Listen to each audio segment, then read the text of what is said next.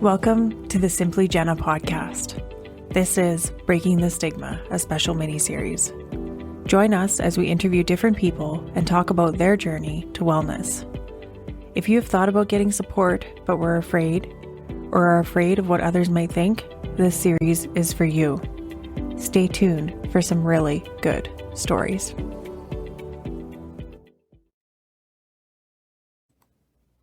Welcome to another episode of Simply Jenna podcast. How are you doing, Nikki? Pretty good. Yeah. My God, it's been busy. Oh, In our podcast world, it's been busy. it's right? been busy. Yeah. Yeah. For all the good reasons, all the best reasons. Yes. Having some fantastic conversations with all different kinds of folks. So it's been a really interesting journey. Yeah. And this episode, interestingly enough, is from somebody that is far away. Yeah, exactly. In another country, actually. Yeah, that's true. So we were fortunate enough to connect with Zack over a system that they have set up where you can meet with fellow podcasters or podcast guests. And so I had read Zack's book and I loved it.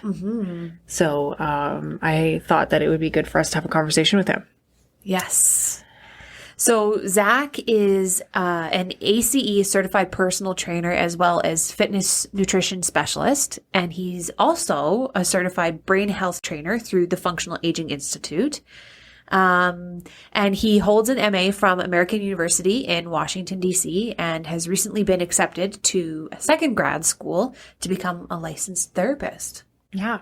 So his book is called The Depression Relief Playbook. It is phenomenal. You can pick up it on Amazon. You can do a digital copy or a physical copy. And if you are somebody that is struggling with depression, it is the read to have. It's quick. It's a short book. I think it's only just over 50 pages long. But it's packed full of great information.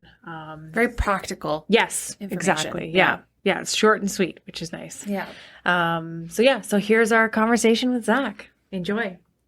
So thank you, Zack, so much for joining us. We're so excited to have a conversation with you in this episode. So we'll kick off by getting you to tell us a little bit about yourself. So tell us your age, your hometown, your occupation, and maybe a fun fact if you have one. Yeah.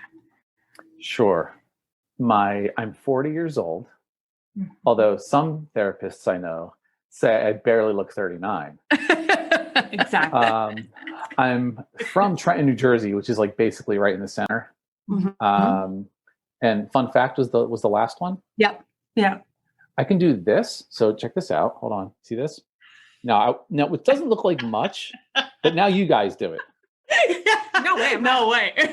Not on camera. We trust that's quite a skill that you have there. So I hope that this is like a video recording, right? Yes. So, otherwise, it just sounds like heavy breathing if they're listening to the podcast. Exactly. Do you have a fun fact that you want to say? If it is just an audio recording. I have a fun one. Okay. Okay, this is for the punk rockers out there, but I played CBGBs before they shut down, Okay. which means something to like punk rockers. That's like punk rock Mecca. That's like where the Ramones, Television, Talking Heads, Blondie. That's where they all like came up. It's called CBGBs. If you Google it, it's like the place, right? Wow. So you In New played York. there I at one played point. there. Yeah, and it was a big deal for a lot of people to play there, and it's about the size of your kitchen. It's so small. No way. Really? It's very tiny. That's crazy. Wow. Yeah. What instrument do you play then? I mostly play bass, and then I play guitar too. Okay. Good for you. Good for you. That's fantastic. That's a fun fact. Yes. Along with the hand gestures. Yes. Yeah. But people are just listening. Yeah. Very So impressive. if you're just listening, the therapists weren't brave enough to try it.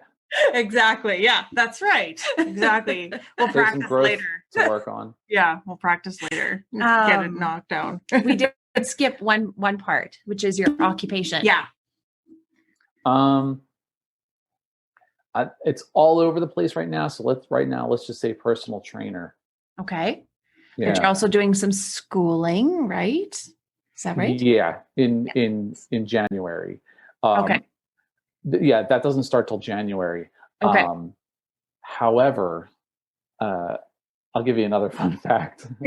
So we're just gonna have to delete this podcast. Yeah. I was doing video production, like I worked in TV for a long time, and COVID basically ended that. Yeah. Oh. But now I'm shooting my first movie in August. What? That's exciting. Yeah, that was when I went to grad school the first time. I went for film. I wrote a movie, so I'm shooting it in August. Oh my God. That's You exciting. wrote a movie. Yeah. Yeah, you want to read it? Yeah. Yes, we I do. would love to. Yeah. All right, I'll take it. Yeah, that's awesome. Good for you. That's fantastic. Impressive. Can you tell us a little bit about your history of like personal training and nutrition work, what you've done in that field? Mhm. Yeah, so this actually ties in well with the whole depression thing. So what was happening was I was on this whole like when I was starting my upward spiral, I call it, right? Yeah. I was the arrow was pointed outwards, let's say. So I was concentrating on I failed out of college when I first started because we may get into the backstory, I don't know, but because of some issues. So I went back to school and I was like, maybe once I graduate college, I'll feel like whole again, right? Yeah. I was like, okay, well, I'm doing pretty well. I wasn't expecting this. Maybe if I graduate with honors, I'll feel great. Mm. And then I didn't feel great. I was like, okay, well, maybe if I become a personal trainer, because nobody else has that, and I like working out. Mm-hmm. And then I didn't feel great. And it wasn't until I was actually working with clients and developing those relationships. And that's when things one of the points where things started to really shift. Because it was like something that mattered, and it was forcing me in a way to turn the arrow inward. Okay. Wow. Yeah. Because it's not just this external thing that, like, a lot of times people assume personal training is like just telling people to lift weights, but it's not really that way. It's more of a relationship. Mhm. So that's how I got into that. Yeah. Okay. Oh, To be wow. honest, it was like an ego thing, Yeah. Yeah. Totally. Oh, yeah. Yeah. Yeah. And I could see the relationship of helping other people and how that fills your own bucket as well. Right. And I think, especially as a mental health professional, like that's part of what we do is, helping others helps us too. Oh, right? yeah. So, Absolutely. yeah. Yeah. Okay. So you've published a book and it's called The Depression Relief Playbook. And we wanted to know what sparked you to go down that path of pulling those pieces together and publishing that book. What sparked that journey for you? So it's funny because I didn't plan on it. So when I went to grad school the first time, people were having a tough time getting through some of the things we were doing. It was a high pressure situation. Mm-hmm. And people were reaching out to me just for advice because they knew my backstory. And they're like, hey, so how do I, make myself feel better? And what I would do is I would tell them, and then they would immediately forget. So then I have to compile things in a document and send it to them. There were about 3 people who did this. Wow. So years later, COVID hits, and it was almost the same situation. People were asking me for just kind of some advice. And I started writing these emails, and I started going back to these old emails and documents. I said, this is crazy. And I was joking around. I should just write a book. Yeah. One thing led to another. And I was like, well, what would I want to read? Yeah. If I were in that situation again, what would I want to read? So that's what I did. Yeah. Yeah. That's amazing. And so then maybe, do you want to share with us a little bit about your backstory? Since that was part of what sparked people coming to you and seeking your advice. So tell us a little bit about your story then. Sure. So I had a quote unquote normal childhood. Okay. So by that, I mean, it was relatively stable. We didn't move around a lot, and there was, nothing really of note. It was fine. I did karate from the ages of 10 to 18, and I got a black belt doing that, and I had fun doing all kinds of stuff, and normal stuff, right?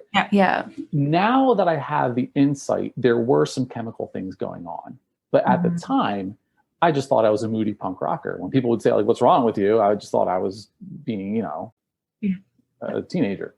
Yeah. The big turning point was when I was 18, my best friend was killed in a car accident. And so that was the summer after high school. And I kind of call it the perfect storm because not always, as you guys know, but it tends to be in the late teens, early 20s, all those mental quirks, let's say, can manifest. Yeah. So it was that combined with his death. And then all my friends moved away. And this is pre-social media. Yeah. So they were all gone. And then my karate school closed the same month. So everything kind of dropped out from underneath me. And I tried going to college for a few months. I ended up just failing out.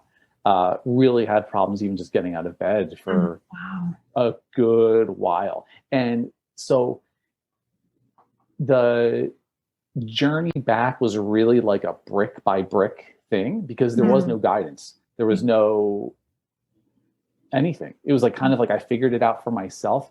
In a way, I'm happy it worked out that way because it was very slow, but it was very thorough. And it made, for this book that I can say, hey, this took me 10 years to get here, but if I can give you all this stuff I learned now, so you can read this immediately, we can make some real changes. So that's like my very brief backstory, right? Yeah. So, and that's, I guess where the story begins. Yeah, absolutely. Can you tell us a little bit about what your experience of depression was and like what your symptoms were, what it was like for you going through your depression?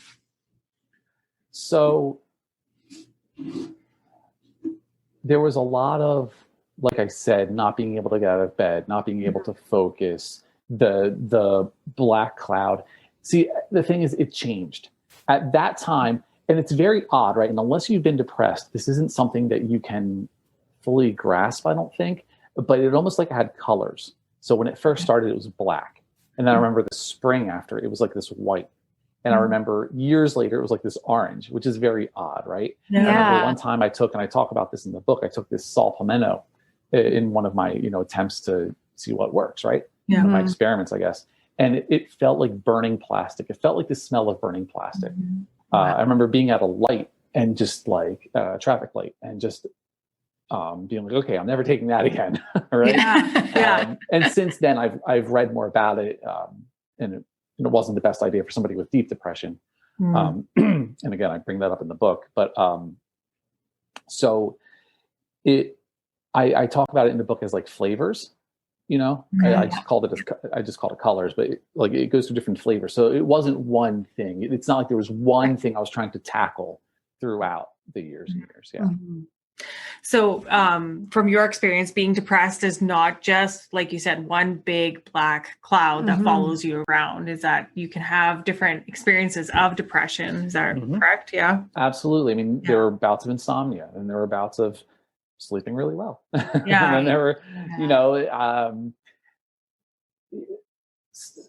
not wanting to talk to people and then having codependency issues. And it was a very messy thing where it's really hard to put into a box, which I think is tough to do with depression in general, not just for me, but I think it's tough to give it one definition. What it wasn't, and I'll tell you this, I'm sorry to cut you off. There's a small delay because you're in Canada and I'm here. But sorry, you guys are making me laugh. We do that. So what I will say is it wasn't grief. Okay. Because at the time I was labeling it as grief. So, and I was putting this pressure on myself to get over it. I remember 2 weeks after he was killed, I had started my class in college and I had a panic attack in the class. And I thought that was just grief. And it wasn't. That was anxiety and depression. And a lot of times people talk about those in the same sentence or the same breath because like they tend to travel the same pathways, right? So it wasn't grief. And this is going to sound weird too, but I did have bouts of grief, but that felt cleaner. Yeah. Okay. Yeah. And it which is weird to say, right? But I remember, I was working somewhere, I was at work and I just had this intense bout of grief and I was crying, but it was a very different feeling. And, that's something that you have to go through. You can't circumvent that. You have to go through grief. Yeah. The depression you don't have to go through. Yeah. And I think it's so important that we talk about what people's experiences are of the symptoms of, certain mental health issues. Because yes, we do have the Diagnostic and Statistics Manual that tells us, what depression is defined by or what anxiety is defined by, and they have a criteria that you need to fulfill. But oftentimes it doesn't exactly fill that specific criteria. And people have these experiences that are like, no one experience is the same. Right. And so it's so important that, when we're using platforms like this for people to understand that it can look different for everybody and, to try and talk about it in as many different ways as we can so that people can say, oh, I think that's me. Yeah, I think I've felt that. I think I felt it. Right. And absolutely. Just to echo that, I have a copy of the DSM because I'm studying for January. And I was reading about that and I wanted to write that and say, yes, asterisk. Because there's so much more. You could write, I don't know how many books on it, and you can't. No. It's like writing a book about a person. You can't get everything about even just one person in a book, So it's a very big thing, right? However, that being said, right, I don't think anyone is outside of treatment or help, right? Because you can say, well, mine is totally different. That's individual to me. Yes, but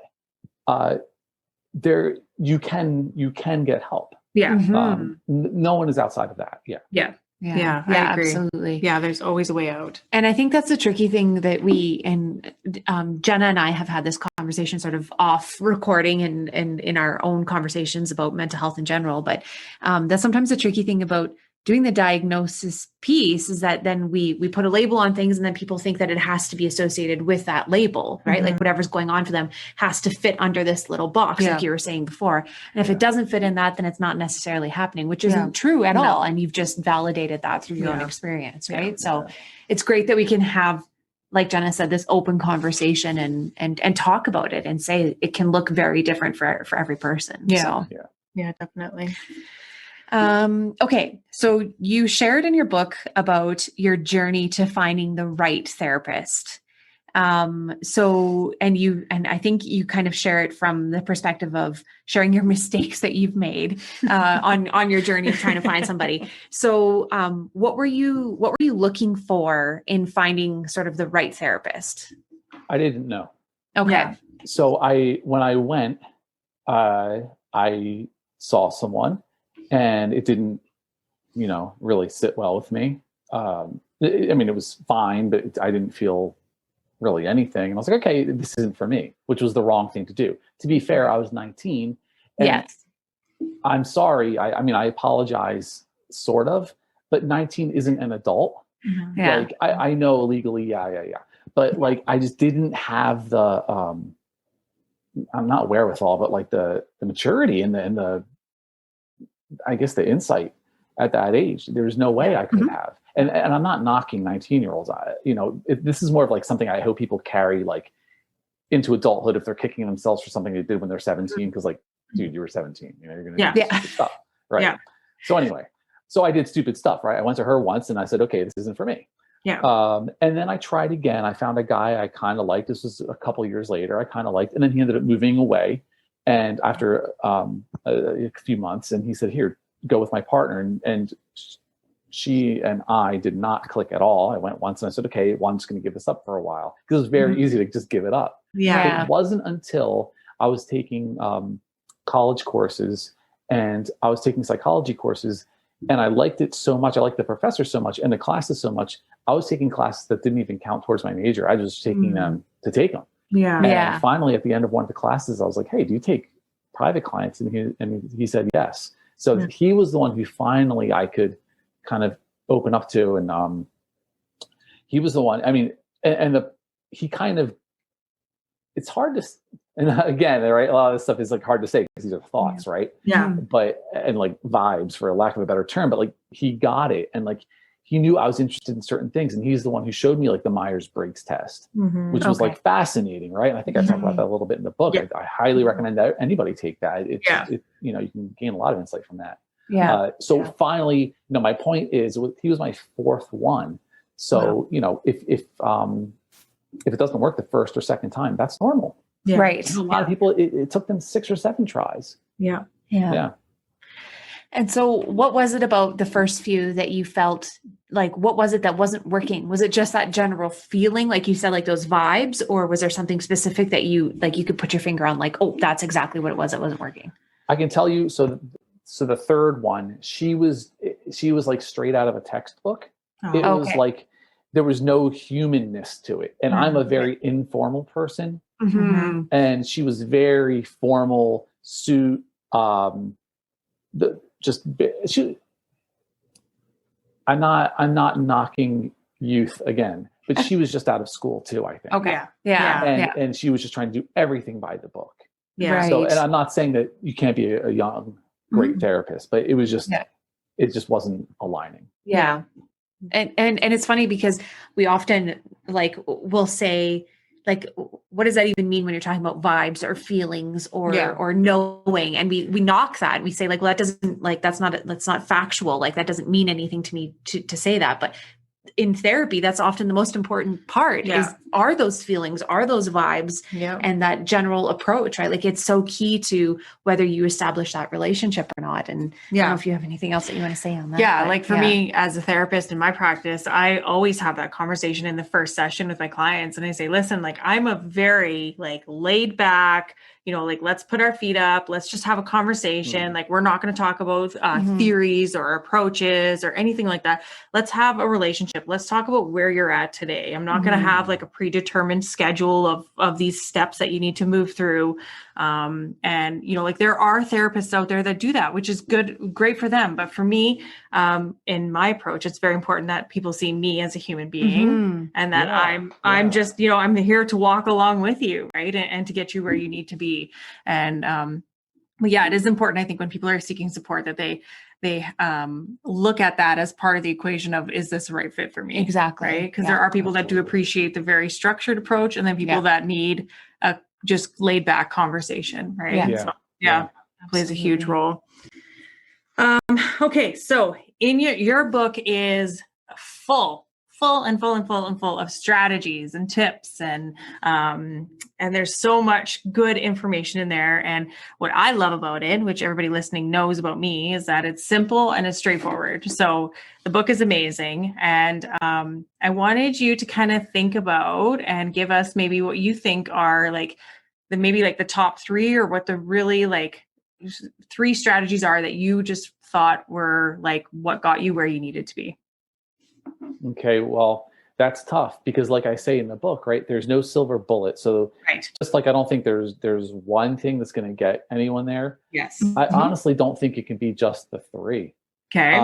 So I'll give a few that absolutely help, but I don't think even 3 can get you like all the way there. So to speak. Yes. Yeah. Okay? Yeah. Stepping stones. Let's just say stepping stones. So great stepping stones. So while we're on this topic, I have like I think the second chapter is like about mindset. And I feel like that's really important for people to read, but that's also kind of hard to talk about because it's more, it's not as tangible. So if anybody wants that chapter, shoot me an email and I'll send that to them. Okay. Great. So they can just check that out. So that's good. That's out of the way. Now, as far as tangible things, yes. Obviously, I'm a personal trainer and I think the getting your body in order is really important on more than one level. And I just have a brief story. I know I talk a lot. Sorry, guys. No. That's what podcast is all about. Yeah, we love it. Right? Yes.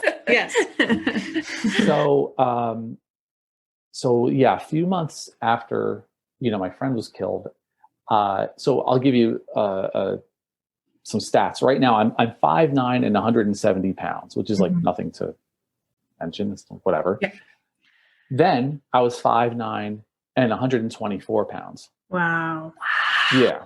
So almost a 50-pound difference, right? Yeah. And I'm not a heavy person. Yeah. So if I got sick, so my primary care doctor, she would say, she's like, if I get a little too light, she's like, if you get sick, there's nowhere for you to go. Yeah. So there was nowhere for me to go. Right. Yeah. So that was a little scary almost. Yeah. And because I felt like it was out of my control. Yeah. And also I thought I was doing the best things. This is pre like internet explosion, I would say, although we have a different problem now because I feel like it's info obesity. There's too much information. There's so much bad information. Yeah. But at that time, everything you saw in nutrition was about losing weight because that's the more common thing, right? Right. Yeah. People who need to lose weight. Now I'm getting to your point, so hang with me here. We're rounding third. We're rounding third. We're good. We're good. Oh, We're good. sorry. That's a baseball reference. That's an American sport. So, okay. So, sorry, I'm talking to a Canadian audience. All right. So, Let's do hockey. I don't know any hockey terms. We're at the crease, right? That's a thing. A crease. It's like the line in front of a. Yeah, I got in trouble once for hitting the ball like in the crease. I didn't know why I got in trouble. Yeah. So if you're in the crease, I was like, what's a crease? Yeah. Anyway, What does that mean? Yeah. Anyway, Yeah. okay. So 124 pounds, right? So I was 124 pounds. So I was lucky enough to play in bands with. At that point, I just joined another band where the guys were like really into fitness. So I was like, yeah, I'll start working out because I had only worked out like as a byproduct of karate. So then I was like, okay, yeah, I'll get into like fitness for the fun of it, right? And when I could physically see myself gaining the muscle, and I could physically see the number on the scale going up, and I could physically carry weight, I could see the number would say, 25. Then I could see it said 30 when I couldn't do the 30 before.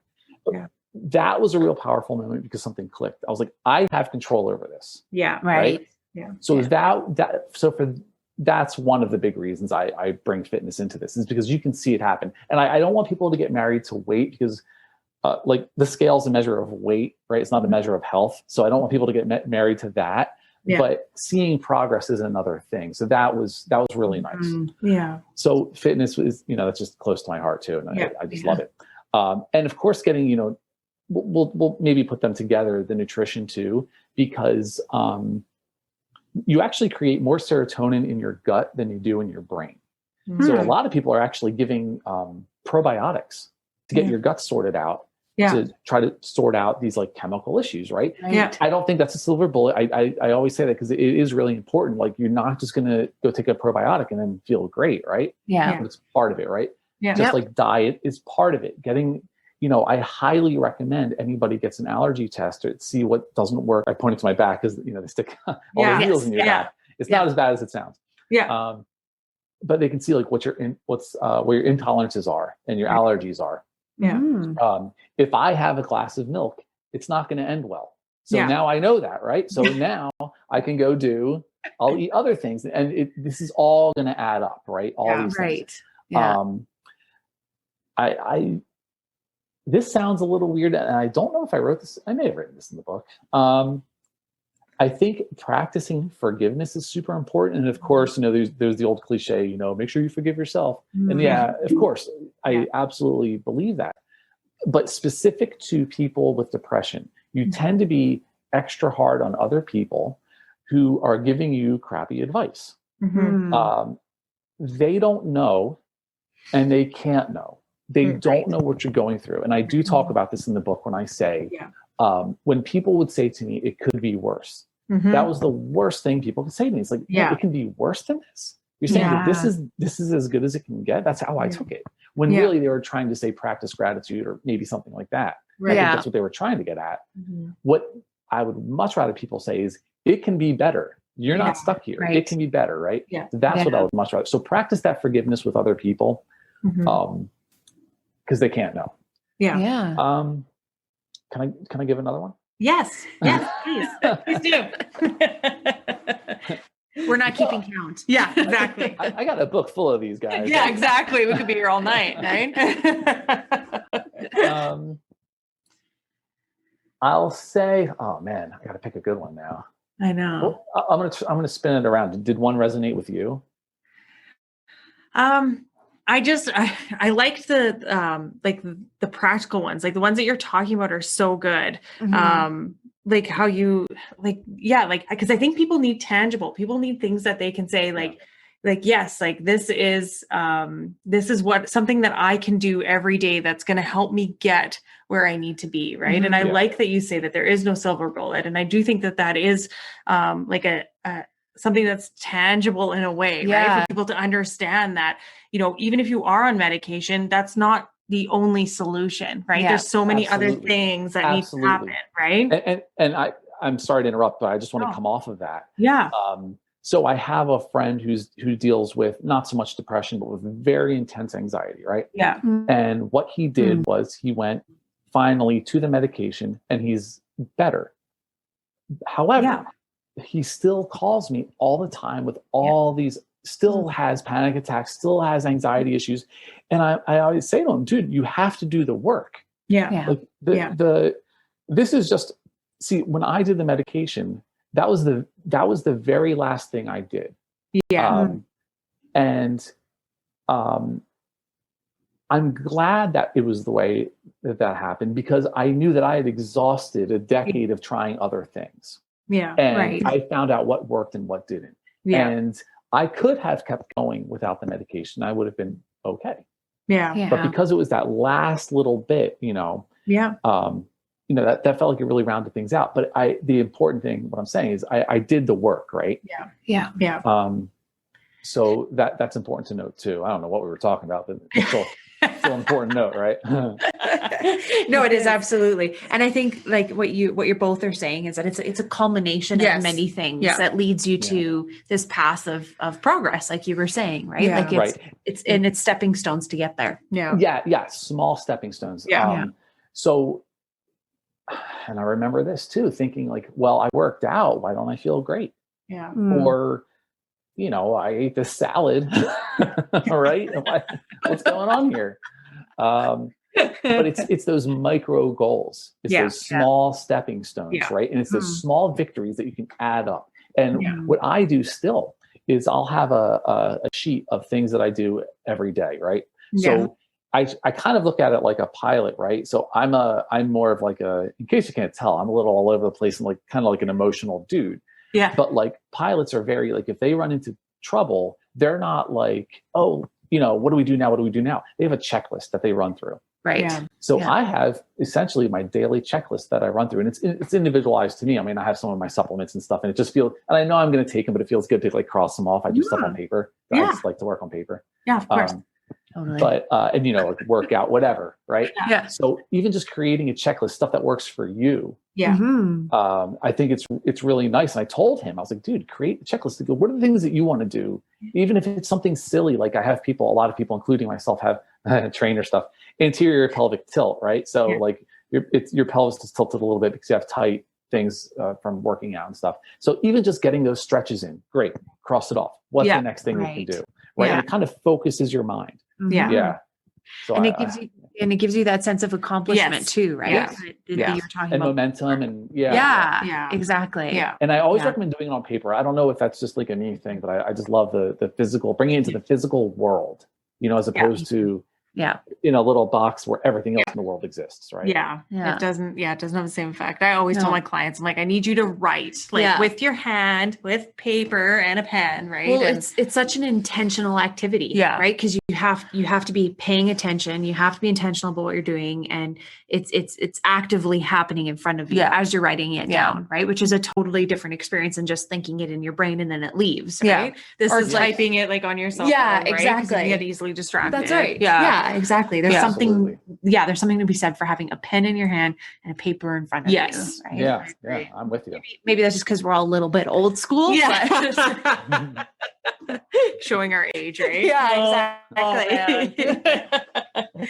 Right now, there's an 80-year-old rolling their eyes at you now. Yeah. Right? Exactly. Hey, if that 80-year-old is listening to podcasts, I'm impressed. Oh, yeah, right on. Yeah. That's true. Yeah. That's a good point. Yeah. Okay. So this speaks to mindset, which he kind of talked about a little bit. Again, he's like, if you want the mindset chapter, I'll send it to you. So we can talk about it too. Whatever. Because this next question was in your mindset chapter, was it? I think. Did it come through? Okay. Yeah. Okay, so then this next piece is you've referenced it as a Native American parable in your book, and in Canada, I think we would refer to it as an Indigenous teaching, perhaps is the right language around it.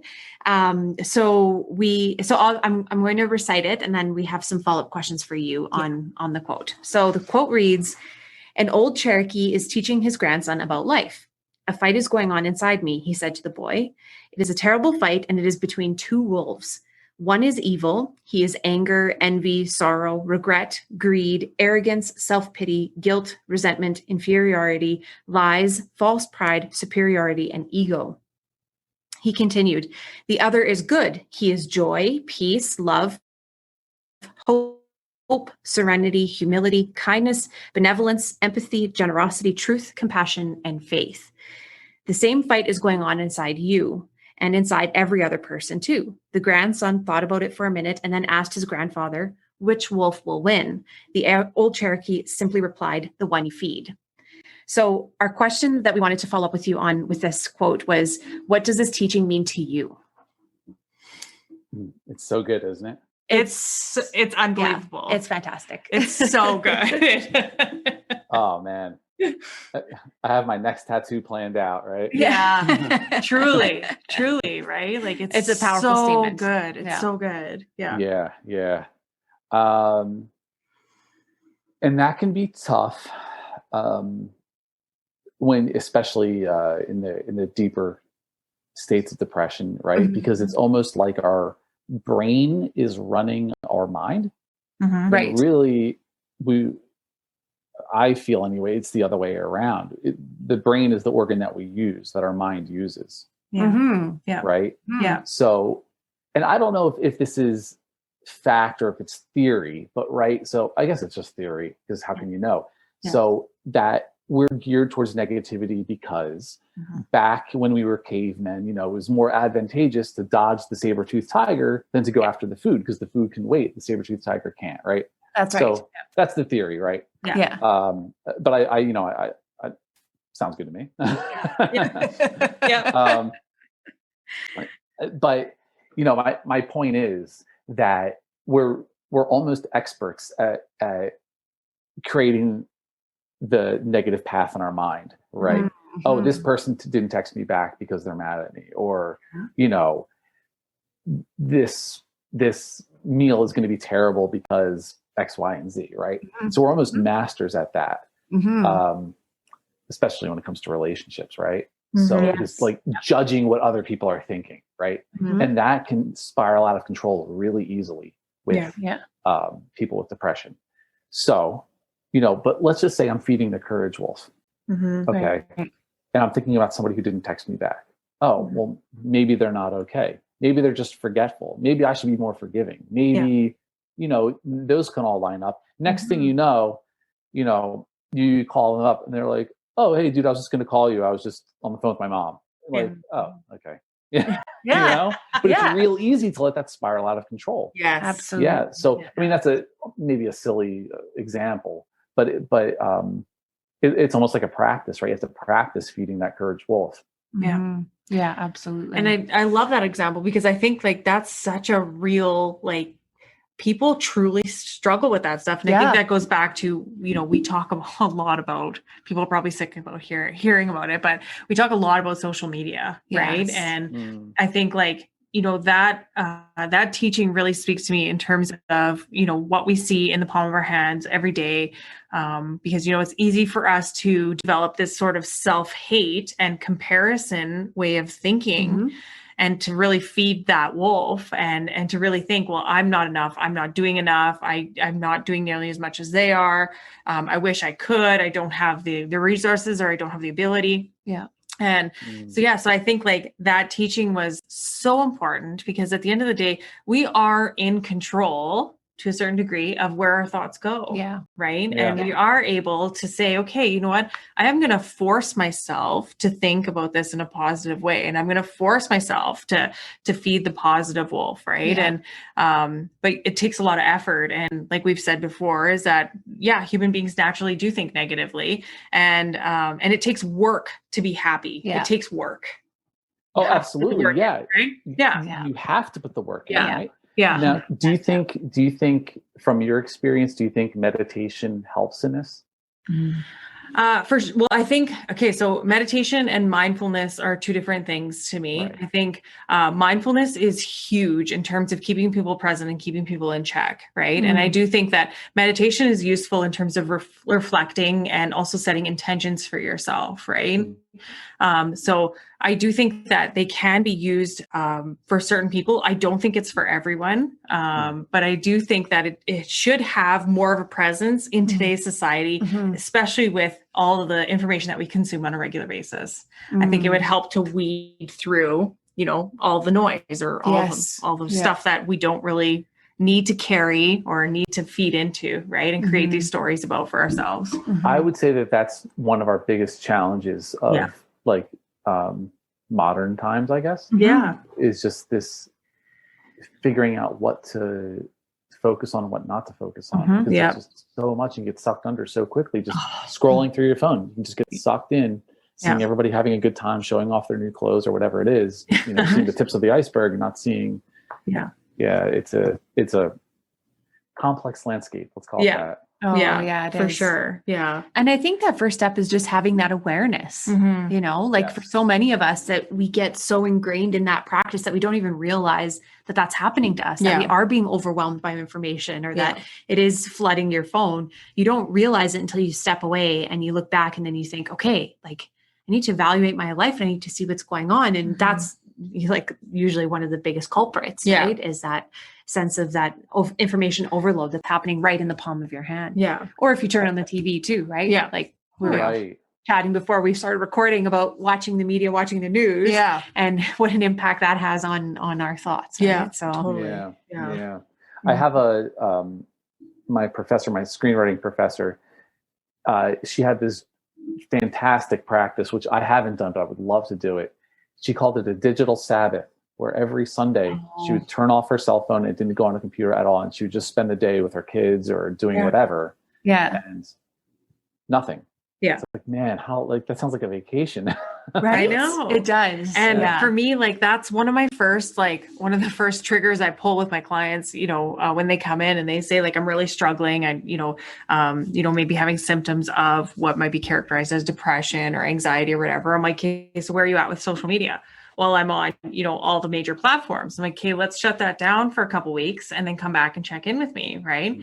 And they come back in and they're like, oh my God, like my life has changed, right? Like I'm spending time with my kids. I have a relationship with my husband and, like I've noticed how much it really holds me back. Right. And, but it's a big commitment. It's a big commitment to let it go. Right. It's so hard for people to do that.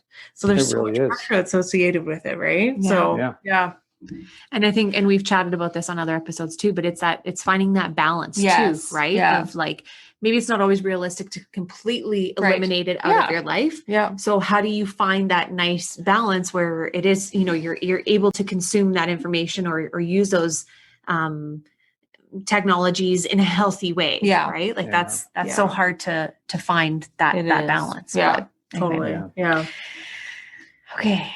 Okay. So switching gears a little bit. we're going to switch gears a little bit from the teaching, which is amazing. And we love it. So based on your experience with depression, and maybe what you've learned in the schooling that you have done, and you've kind of touched on it a little bit in the book and then, but I wanted to get your opinion on it.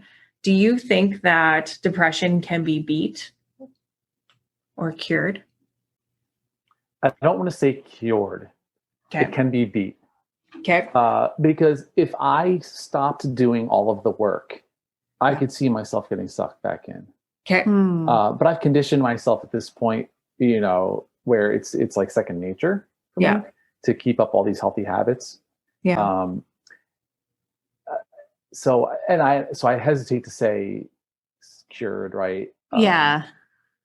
And I would certainly feel it if I came off of the medication. I would be fine during the day, and it's funny, right? It was like I'd be fine during the day, and then 8:00 at night, it seemed like it always set in. Yeah. So like it would make things like really difficult. I don't know if it was a testosterone drop or what's going on, but it felt like a chemical thing. It wasn't like something that like would happen. It was just something internally, right? Yeah.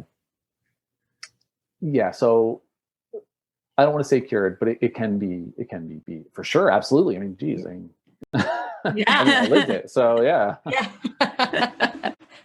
No, and I think that that's important because I think that, people that are struggling and they feel like, this will never end. Right. And, like, can I ever live a life without feeling this way?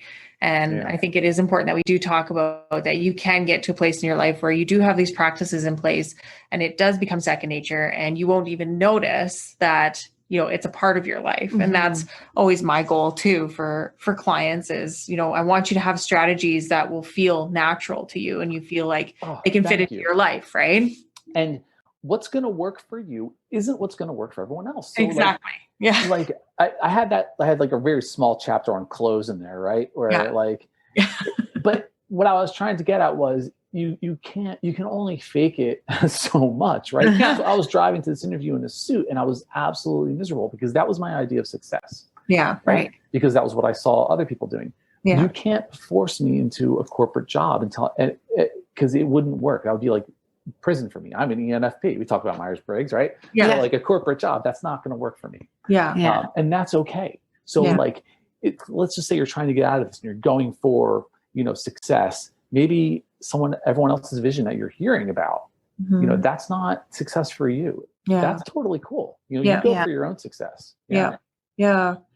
Yeah, and I think again, going back to beating a dead horse a little bit, but going back to the social media is that people do feel the pressure that they have to be the same, right? That they have to feel the same, to go through, to walk the same path, and all of that. And I love in your book that you give lots of different strategies that people can really like pick and choose and say, okay, I'm going to give this one a try and see if it fits, right? And if it doesn't fit, okay, then I'll move to the next one, right? And it's important for people to understand that that's part of the process. Is really figuring out what fits naturally in your life at that time, right? And that it can be flexible. Yeah. And it's going to change. Yeah, that's right. And it's going to change, right? Yeah. Like depending on what's happening in your life, that's like it might work this week and then maybe, 3 weeks down the line or, 6 months down the line, it's not working. Okay. Well, then you need to switch it up, right? And try something different. Absolutely. But the important thing is that you're doing the work and that already is a win. Yeah. That's a win in itself. Totally.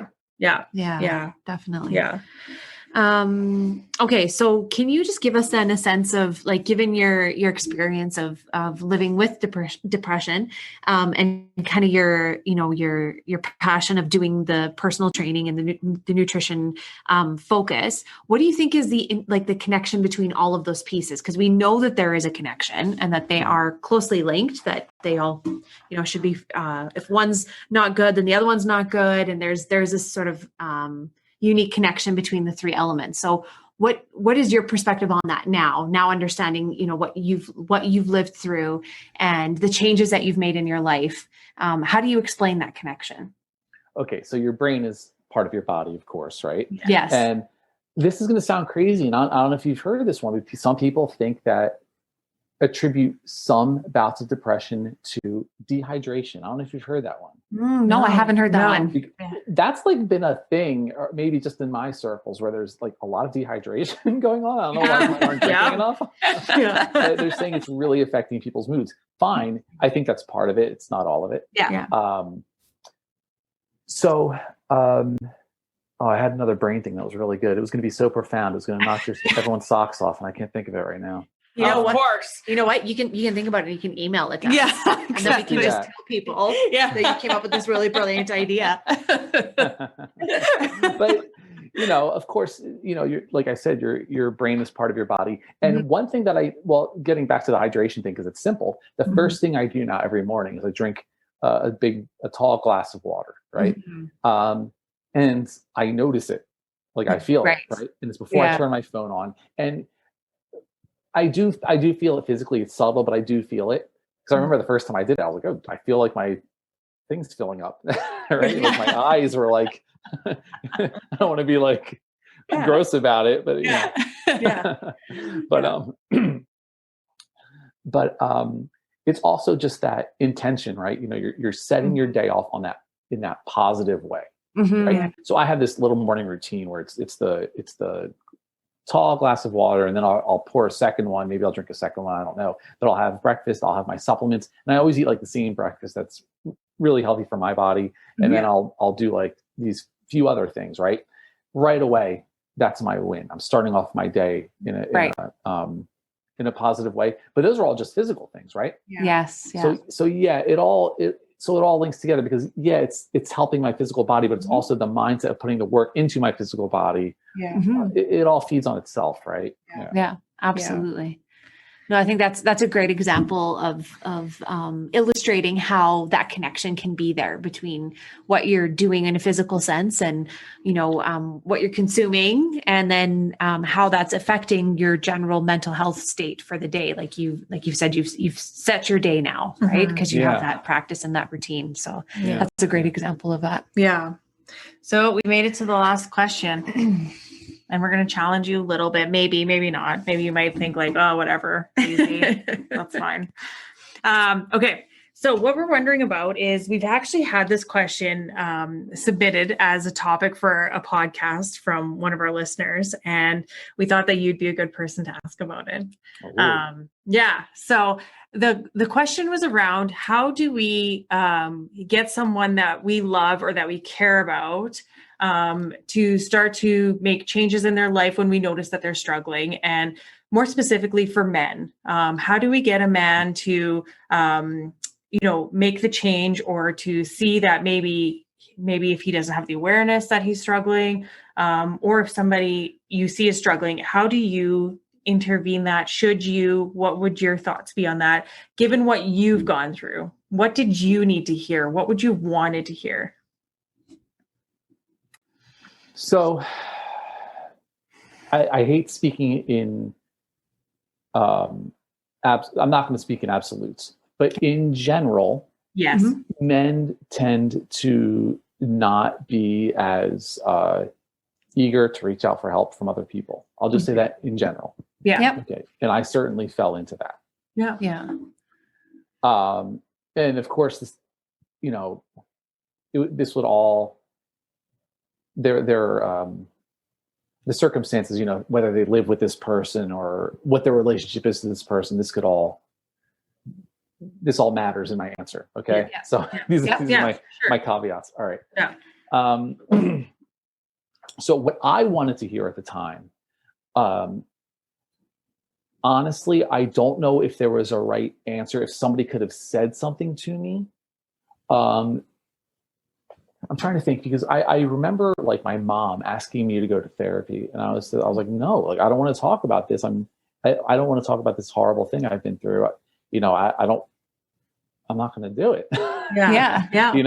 Right. And, part of it, I was 18, I was rebelling, so it's a complex thing. Right. Yeah. It is a really good question. Mm-hmm. And oh man, I'm biting my tongue right now. Okay. Yeah. So just say it. Don't bite your Just tongue. say We it. want you to say We it. want you to say what you need to say. Because I think it's a real question, and it's a reality, right? Is that this is a hard thing for people to navigate, right? Yeah. I don't want it to seem like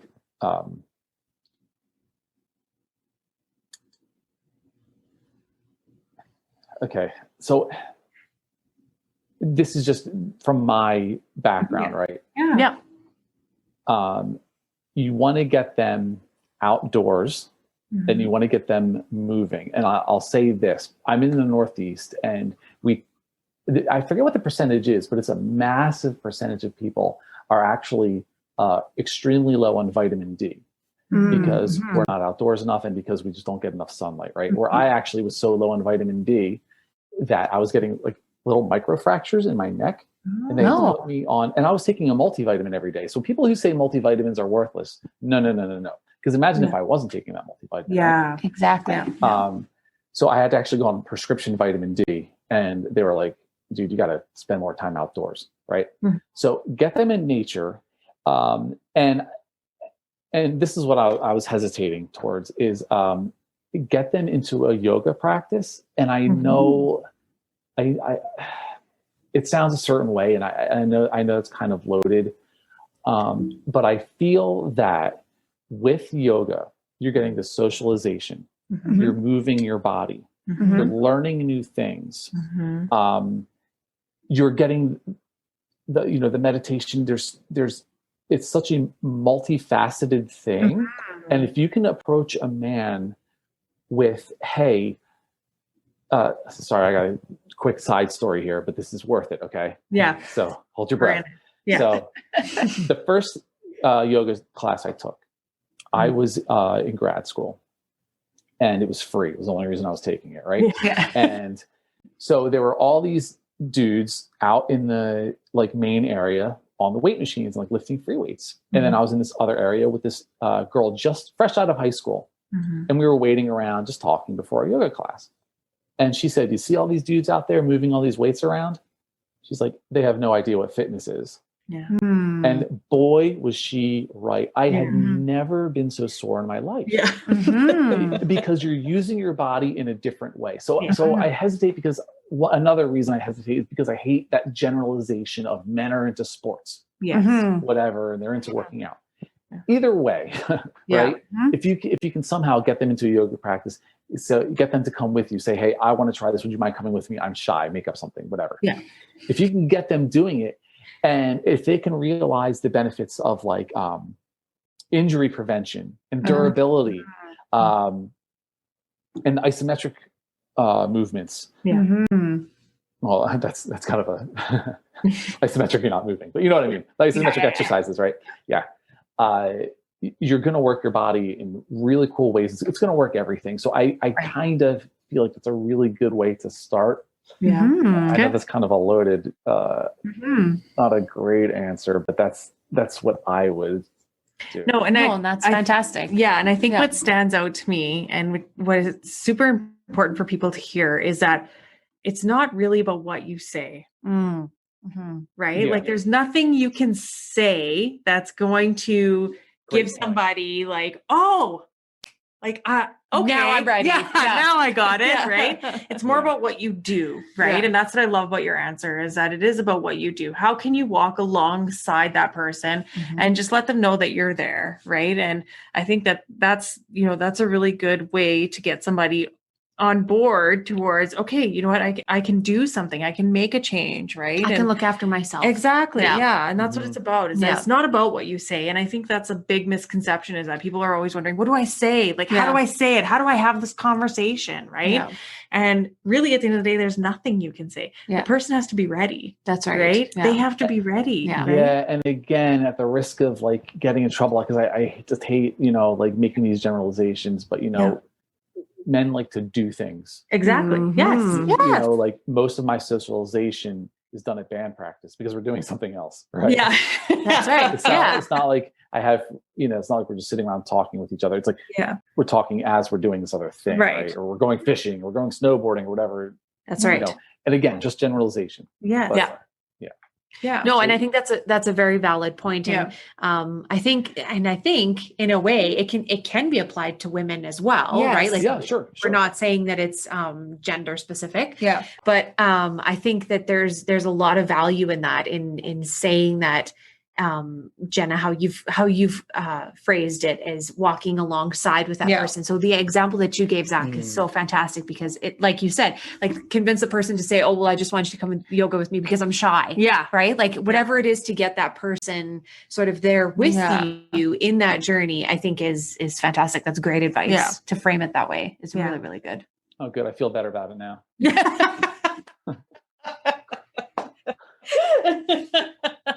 That's so funny. Jenna did her job. Yeah, exactly. Kind of part of the gig, right? I mean, they can send me hate mail too, but it was a genuine answer. We'll so. pass on your email address, that's everybody. fine, yeah. That's funny. That was fantastic, Zach. Yeah. And thank you so much for being open and Yes. honest. Because Yes. I mean, that's our aim, right? And this podcast is to have these open and real conversations Yeah. about what people are struggling with. Yeah. And you've captured it perfectly. Yeah. And it's so fantastic to have your perspective from what you've been living through, Yeah. and the things that have worked for you and the things that haven't worked for you, I think is really valuable. So, Yeah. so thank you so Thank you much. so much. No, thank you guys for having me. Like, it's like a total honor, really. Thank you. No, thank you. And so please go and download his book or purchase Yes. his book, The Depression Relief Playbook. It's amazing. I love it. Love, love, love. And I think if you're after the simple, effective strategies, you've captured that. So good on you. And thank you for Thank you. putting the work into that and sharing that with the world. I think it's going to help a lot of people. So thank you. I hope so. As always, we would like to close this episode with a quote chosen by Zack. It comes from Jim Rohn. If you wish to be healthy, study health. If you wish to be wealthy, study wealth. If you wish to be happy, study happiness.